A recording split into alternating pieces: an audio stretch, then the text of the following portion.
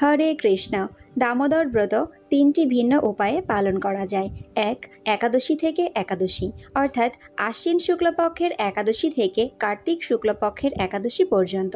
দুই, পূর্ণিমা থেকে পূর্ণিমা, অর্থাৎ আগামী 7 অক্টোবর থেকে 5 নভেম্বর 2025। তিন, সংক্রান্তি থেকে সংক্রান্তি। 5টি কাজ অবশ্যই করণীয়। হরিভক্তিবিলাস গ্রন্থে উল্লেখ রয়েছে, হরি জাগরণম প্রাতঃস্নানম তুলসী সেবনম উদ্যাপনম দীপদানম ব্রত নিয়তানি কার্তিকে। রাত্রি শেষে হরিজাগরণ, প্রাতঃস্নান, তুলসী সেবন, দীপদান, শেষে উৎসব উদযাপন। সম্পূর্ণ কার্তিক মাসে ব্রতকারী এই 5টি ব্রতের অঙ্গ পালনের মাধ্যমে শ্রীবিষ্ণুর সারূপ্য মুক্তি লাভ করেন। দামোদর মাসের প্রথম দিনে মঙ্গল আরতিতে যোগদান করে ভগবানের আরতি দর্শন করতে হয়। করণীয় এবং বর্জনীয়। শ্রীল প্রভুপাদ বলেছেন মাসকলাই ডাল বর্জন করতে এবং অধিক পরিমাণে ভজন সাধন করতে। শ্রী শ্রী রাধা দামোদরের সন্তুষ্টি বিধানের জন্য দামোদর মাসে প্রতিদিন ব্রাহ্ম মুহূর্তের পূর্বে গাত্রোত্থান করে স্নান ও মঙ্গল আরতিতে অংশগ্রহণ করা উচিত। হরিভক্তিবিলাসে উল্লেখ রয়েছে, কার্তিক মাসে ব্রাহ্ম মুহূর্তে দামোদরের জাগরণের পূর্বে শয্যা ত্যাগ করলে সহস্র গাভীদানের ফল লাভ হয়। দামোদর মাসে প্রতিদিন নির্ধারিত সংখ্যামালার অতিরিক্ত জপ করা উচিত এবং যত বেশি সম্ভব হরে কৃষ্ণ মহামন্ত্র সংকীর্তনে অংশগ্রহণ করা উচিত। স্তোত্র পাঠ, প্রতিদিন দামোদর অষ্টকম পাঠ এবং কীর্তন করা উচিত। চ্যানেলে দামোদর অষ্টকম কীর্তন রয়েছে, চাইলে আপনারা শ্রবণ করতে পারেন। শ্রীমদ্ ভাগবত শ্রবণ, দামোদর মাসে প্রতিদিন শ্রীমদ্ ভাগবত, শ্রীমদ্ ভগবত গীতা সহ অন্যান্য শাস্ত্র অধ্যয়ন করা উচিত। তুলসী কাষ্ঠের দীপদান মাহাত্ম্য। তুলসী শ্রীহরি বল্লভা। এই মাসে প্রতিদিন তুলসী দ্বারা দামোদরের অর্জন কর্তব্য।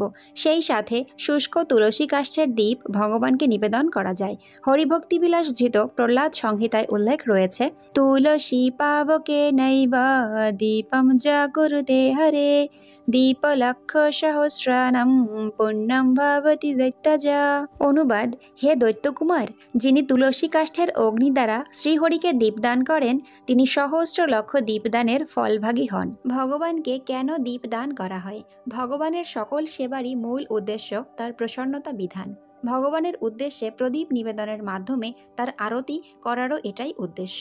যখন বিভিন্ন দ্রব্য ভগবানকে নিবেদন করা হয় তখন ভগবান তা গ্রহণ করে প্রসাদ অর্থাৎ কৃপারূপে আমাদের তা প্রদান করেন। তখন আমরা নিবেদিত দীপশিখায় আমাদের হাত স্পর্শ করে প্রসাদী পুষ্প আঘ্রাণ করে ও শঙ্খজল শিরে ধারণ করে ভগবানের প্রসাদ বা কৃপা লাভ করি এবং এর দ্বারা ভগবানের প্রতি আমাদের সমর্পণ বৃদ্ধি পায়। শাস্ত্রে উল্লেখ রয়েছে, একটি দীপশালাকার সামান্য অগ্নি যেমন একটি গ্রামকে ভস্মীভূত করে দিতে পারে, তেমনি ভগবান দামোদরের প্রীতির উদ্দেশ্যে নিবেদিত একটি প্রদীপ আমাদের রাশি রাশি পাপ ভস্মীভূত করার জন্য যথেষ্ট। দীপ নিবেদনের পদ্ধতি। সাধারণত ঘি বা তিল তেলের দীপ এ মাসে অনুমোদিত। শুদ্ধ বস্ত্র পরিধান করার পর আচমন করে প্রথমে দীপ গুরুদেবের করকমলে মানসে অর্পণ করতে হয়। এরপর মানসে তার পক্ষ হয়ে আপনি তা শ্রী ভগবান ও ভগবৎ পার্ষদবৃন্দকে নিবেদন করতে পারেন। শ্রী ভগবানের শ্রী পাদপদ্মে ঘড়ির কাঁটার দিকে চক্রাকারে 4 বার, নাভিদেশে 2 বার, মুখমণ্ডলে 3 বার আর সর্বাঙ্গে 7 বার ঘুরিয়ে দীপ নিবেদন করতে হয়।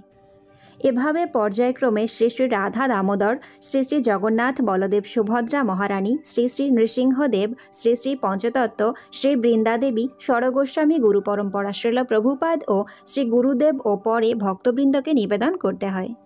দীপদানের মাহাত্ম্য। শ্রী শ্রী রাধা দামোদরের সন্তুষ্টির জন্য এ মাসে প্রতিদিন সন্ধ্যায় ঘৃত প্রদীপ নিবেদন করা কর্তব্য। সামর্থ্য থাকলে ঘৃত প্রদীপ নতুবা তিলের তেলের প্রদীপ নিবেদন করা কর্তব্য। কার্তিক মাসে ভগবানকে দীপদান এতই গুরুত্বপূর্ণ যে শাস্ত্রে বলা হয়েছে, নির্ধেনেনাপি বিপেন্দ্র কৃতা বৈচাত্ম বিক্রয়ম কর্তব্যম দীপদানন্ত যাবৎ কার্তিক পূর্ণিমা। হে বিপেন্দ্র, দরিদ্র নির্ধন ব্যক্তিরও আত্মবিক্রয় করে কার্তিক পূর্ণিমা যাবৎ দীপদান কর্তব্য। ত্রিভুবনে এমন কোনো পাতক নেই যা কার্তিকে শ্রী কেশবদেবের অগ্রে দীপদান শোধন করতে পারে না, হরিভক্তি বিলাস গ্রন্থে বলা হয়েছে। এবং আরও বলা হয়েছে, কল্পকোটি সহস্রাণি পাতকানি বহুন্যপি নিমেষার্ধেন দীপস্য বিলয়ম যান্তি কার্তিকে। হে দেবর্ষি, যারা সহস্র সহস্র পাপেও পাতকী তারাও যদি কার্তিক মাসে শ্রীহরির উদ্দেশ্যে প্রদীপ নিবেদন করেন তবে তারাও সমস্ত পাপ হতে মুক্ত হবেন। যারা নিজে দীপদান করতে পারেন না তারা যদি অন্যের প্রদত্ত প্রদীপকে প্রবোধিত করেন, অর্থাৎ নিভু নিভু প্রদীপের সলতে বাড়িয়ে দিয়ে আরও উজ্জ্বল করে তোলেন, তারাও শ্রীহরির প্রিয় হন। কার্তিক মাসে অন্যের প্রজ্বলিত প্রদীপ প্রবোধিত করলে যে ফল হয়, ইষ্টাদি মহাযজ্ঞ সাধনেও সে ফল লাভ সম্ভব হয় না।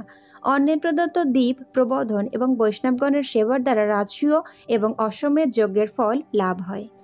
হরিভক্তিবিলাস গ্রন্থে উল্লেখ রয়েছে, একবার একটি ইঁদুর কার্তিক মাসে একাদশীতে মন্দিরে প্রজ্বলিত প্রদীপের ঘি খাওয়ার সময় অজান্তেই দীপের ঔজ্জ্বল্য বাড়িয়ে দেয়, আর এর ফলে সে ভগবদ্ধাম প্রাপ্ত হয়। হরি বল।